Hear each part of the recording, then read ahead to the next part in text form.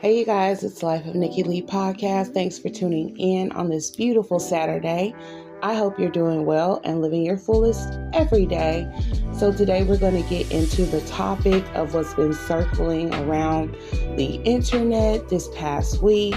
You had Just Hilarious, who said how she felt about women versus trans women. And then you had T.S. Madison, who she responded, and she basically made a comment saying that transphobia affects us all as women, and just didn't like that. Not only that, but Miss Tasha K, the queen of controversy herself, she weighed in and she threw some mud talking about T.S. Madison and just basically trashing trans women. She talked about T.S. Madison's mother, basically your typical mudslinging Tasha K. Like, the girl she doesn't have any cool about herself whatsoever. And T.S. Madison responded. She has her morning show, T.S. Maddie, and then she's got Miami-Dade County T.S. Maddie. You guys know what I'm talking about. She responded and she went straight in. She didn't hold back, and it was a complete drag. And I listened to both sides of that, and I'm just here to weigh in on my point. Now, here's what I want to say first. I disagree when T.S. Madison responded to Jess and she said, because Jess has been mistaken for a transgender woman, that she was experiencing transphobia. I don't think that was a form of transphobia. I think that was a fetish. A guy wanted to partake in her because of what he thought she was. I don't think that was, a phobia. A phobia is like a fear of something. To me, that wasn't a form of transphobia. That was more like a fetish thing. So let me just get that out the way. And furthermore, I understand where Just Hilarious became defensive. I understand how she felt. As a woman myself, we are living in a day and time where they are trying to, politicians are trying to switched up things, and they're trying to take us back. They're trying to strip women of their rights. They're treating it as if our bodies are not our own. And I understand why she felt defensive. And but I will say this, I agree with T.S. Madison when she said the anger is displaced.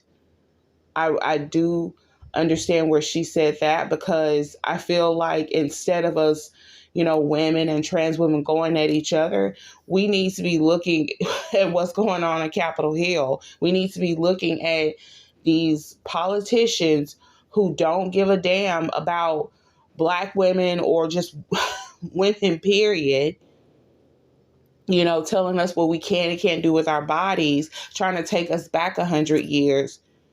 Our energy needs to be focused towards that. And I agree, because how can we get anything accomplished? How can we get anything accomplished when we're bickering at each other? We're all here. We are living the lives that we live. We are having the experiences that we are having.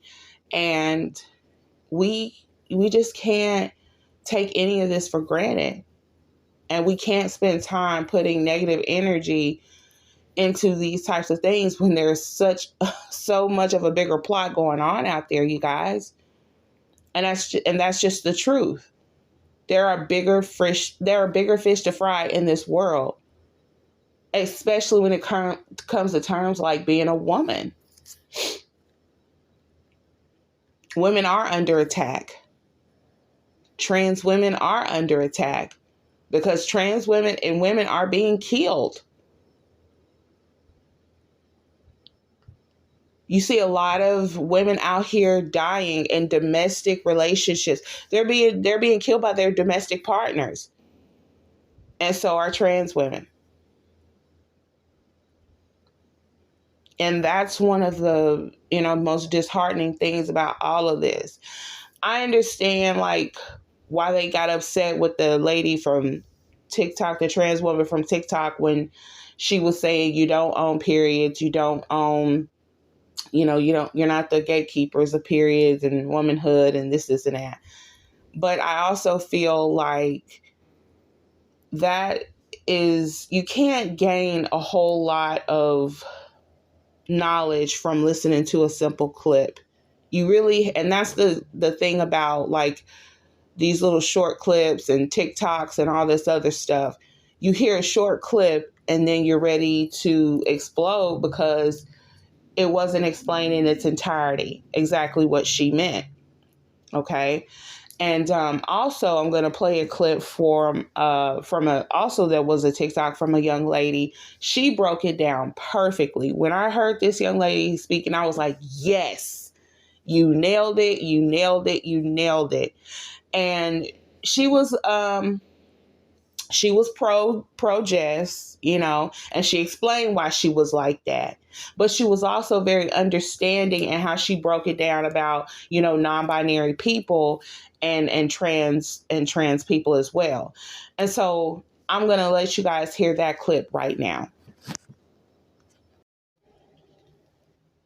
Everyone is in an uproar about who can bleed and who can't. Men have become so obsessed with women that they want to turn into one, and I find it quite flattering that womanhood seems so great to you guys.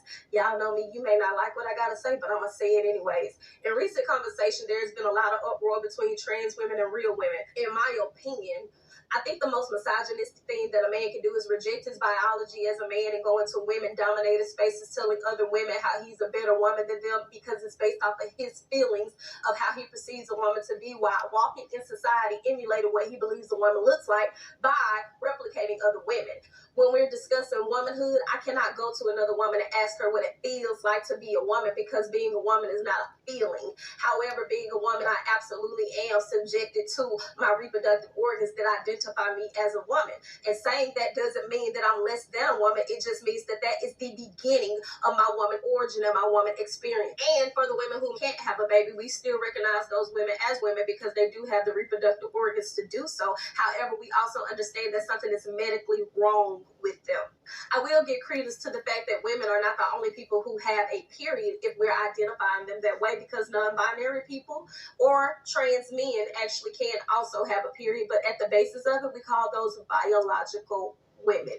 However, when you're talking about trans women, we understand that that is something that biologically impossible you cannot do. The power struggle here that comes into play is when there is a very small minority of people imposing onto a larger group of people that are telling them what they would like to be called, how they would like to be treated, how they would like to be pronounced, and how they would like to be identified, but then you're imposing terminology onto them that they have yet to accept. So I must appease your feelings calling you by the pronouns that you identify with as, because you have chose to make this decision about putting on a wig and putting on nails and putting on a dress. However, when I tell you I reject terms like birthing person or breastfeeder or real woman or biological woman or cisgender woman, at this point, then I should just understand and accept it because science says so. But science also says that the basis of your DNA, you are biologically a male. So why are we not listening to science all the way across the board? Seems a little hypocritical to me. And since everyone has such an issue with understanding just hilarious, let me go ahead and put my cape on because I think I can break it down for you a little bit more. It's very disingenuous for you to overshadow that woman's feelings in regards to her womanhood when she actually has given birth to a baby, which biologically that does make her a woman. However, you decided to discuss her looks and says that she looks like a trans person while you're also attempting to advocate for trans people. It's giving inherent transphobia. Also, to resurface the interview where she's relaying her experience of a man DMing her thinking that she was a trans woman to have sex with her probably offended her because she's an actual woman. It should be more of a slight to trans people considering the fact that that person has a fetish and just wanted to sexualize you and use you as an inanimate object. As a Black woman, we have to be extremely mindful of how we attach ourselves to other intersectional groups when it comes to their issues, because we're always the first to remind people nobody respects us and nobody protects us, but we're the first to jump into the line line of fire when other people need a defense. So here's a few things to remember when you're talking allyship. They're always present when it's time to give the tea or bash heterosexual men and amplify any bad experience that we've had in regards to our relationship issues. But anytime it's time to help these children and provide for them or be a better role model or even your protection, they are nowhere to be found. Not saying that there's an agenda, but I will say for a very small group of people who seem to not have any effect on anybody, their issues come up in conversation, they're making a huge ruckus and they're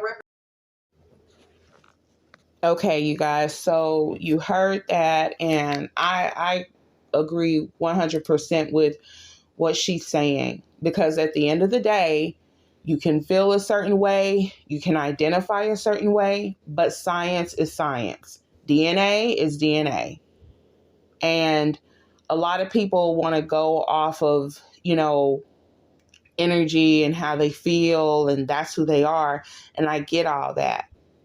But at the end of the day, what you were born as is what you were born as. And I'm not saying that to take away from how a person identifies, how they feel inside, because everybody walks in their own shoes every day. Nobody else knows how a person feels as an individual on their own journey. And I completely get all that. I completely understand all that. But I think that's where so many people come in and they say, well, you're telling us that we don't own periods and womanhood. And what if we say that you all don't own pronouns? And it just turns into a lot of bickering and back and forth when so much understanding can be made just by, settling the waters and having a clear conversation. I just feel that this, for me, like the anger and all that other stuff and, the mudslinging, I'm like, okay, did this really have to go this far?